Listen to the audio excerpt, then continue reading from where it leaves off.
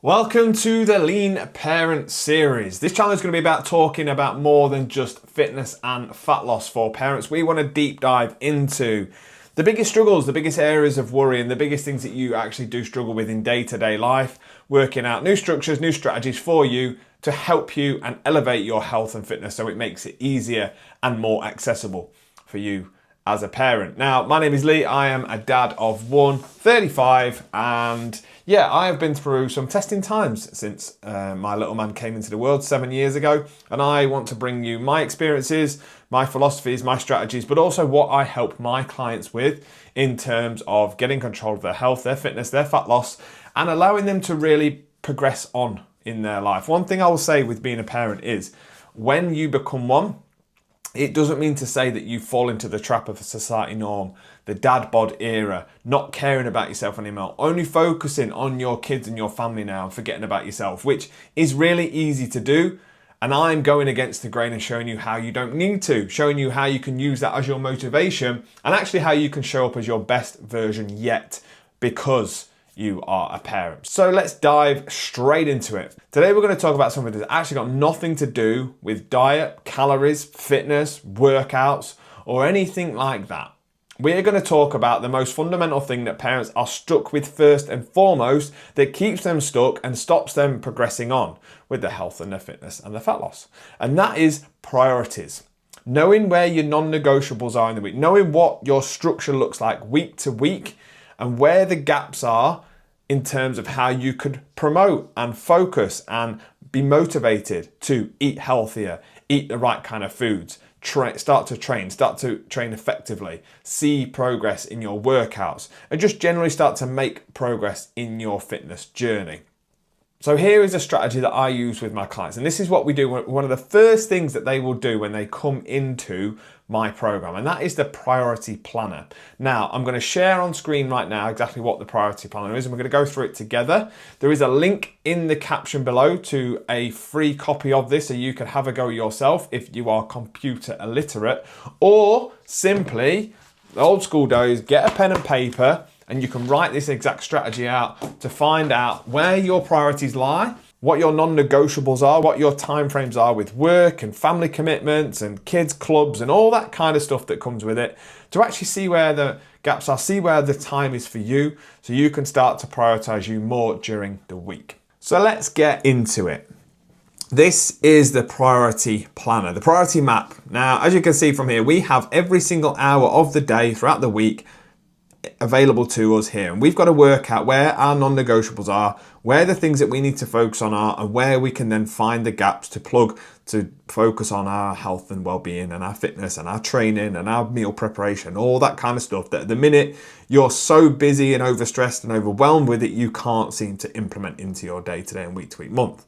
So we're going to work on a strategy that I used. Now, I used to work in a 9-to-5 job, and this job had me working set hours across the week, Monday through to Friday, sometimes Saturday, and I also had to manage my family commitments and everything like that around it too. So this is what I did in my life. So I'm going to show you a blanket version that I set up, so I'm not going to go through every single moment. But you can see here a quick overview. If you are using the computer version, you have drop-down menus here. You have your categories over this side, so you have your work commitments, your family commitments, your you commitments, and also anything else other that is required in your week to week. You can have a play around with it, you can choose it yourself. Guys that are doing it manually on a piece of paper, again, structure it like this, create a table, create a category, away we go. So the 9-to-5 work was simply like this. And one thing I want you to recognize is you do not need to have every single hour of the week mapped out. In fact, I highly regard not doing it because it allows you to work it out a lot easier. So this was my 9-to-5 over the course of a week. I would go to work, get there for 9, I would have a lunch break between 12 and 1, and then I would finish at 5 and I would travel home between the hours of 5 and 6. I always did the school run in the morning, so between 8 and 9, took my son to school, and obviously we've got my sleep patterns in there as well. So now we look at it across the board, all right? There's going to be other elements to this, and you specifically, this is why you need to do it for you because it'll look different. But for me, we look at it from there. From the hours between 6 and 8, I've probably got a bit of time. I've got this bit of time between 7 and 10. Now, some of this is going to be regarding childcare. It's going to be regarding after school clubs. It's going to be regarding just spending time with the family, maybe getting your children ready for school, maybe picking them up from from their grandparents after tea one night. But ultimately, I think there's going to be elements where you can look at it and go, do you know what? If I got up an hour earlier and I went to the gym, or I went for a walk, or I went for a run between the hours of 6 and 7 before everybody else woke up in the morning, or actually did it earlier than that between the hours of 5 and 6, I could probably commit to that 2 times a week. And actually, if I look at it across here, my lunch break is 1 hour, and this is something that I used to do 2 to 3 times a week. I'd go to the gym in my dinner hour. I'd do a 40 to 45 minute session. Luckily, my gym was only a few minutes away. So on a Tuesday and possibly a Thursday, rather than being a lunch break, I'll go and do a workout. And actually, sometimes on a Friday, do you know what? I'd take myself off to do a bit of self-care. I'd go and get my hair cut, or I would go maybe do a bit of shopping, or I would just take a little bit of time again in that hour to get stuff done that didn't mean that I was just sat around in the lunch hole for an hour just wasting time. And I could actually have my lunch at my desk. On the weekend, again, this is going to relevate, and this is why, again, it's important to recognise that every single person is going to be different. On a weekend, your commitments might be different week to week, and this is why we can't structure it out exactly. But again, if you have set times where you know you've got to take your son or your daughter to mini kicks, and it is, maybe not that early, but it's between the hours of 8 and 10, you might have a little lie-in, you might have that, and then afterwards you might think, do you know what, actually sometimes we tend to go and after the club's over, we tend to go and have a McDonald's together, or I take them for some breakfast each morning. We always know that on an evening between 6 and 7 on a Saturday, we like to have friends over or family over, some meal times, and it's always important to us.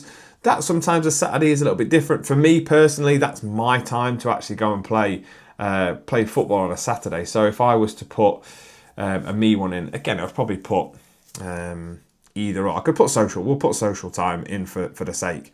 But let's say social time for me was that, okay? It might be travel home from there, and then meal times might look like that, okay? Where between the hours of 7 and 9, we all sat down as a family together. And you can see how you can really map things out, so you can understand, actually, over the course of the week, I haven't got as many any commitments as I thought I actually had. And that's where you start to realise that actually there's times in there where I can do those 2 to 3 sessions a week, where I can do meal planning and meal timing, or just actually look at it and think, there is time in the week for me. I just need to know when that time is. And this is the thing, right? As a parent, you get so overstimulated in your mind. Everything is in here. Everything you need to do, your work schedule, your commitments, stresses, the appointments you've got to go to, everything is in here. It's not down in front of us, so we can't work out the time. We can't work out our free spots. We don't have no time because everything in here is jumbled up. So that's why we need to remove it from our minds, put it into the priority planner, put it on pen and paper to start to actually really deep dive into areas where actually we do have the time if we know how to prioritize it correctly.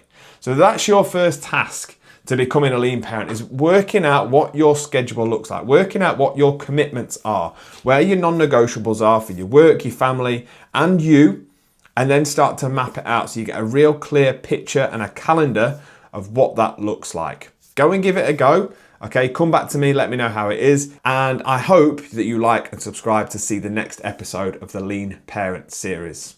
So until then, I will catch you in the next one.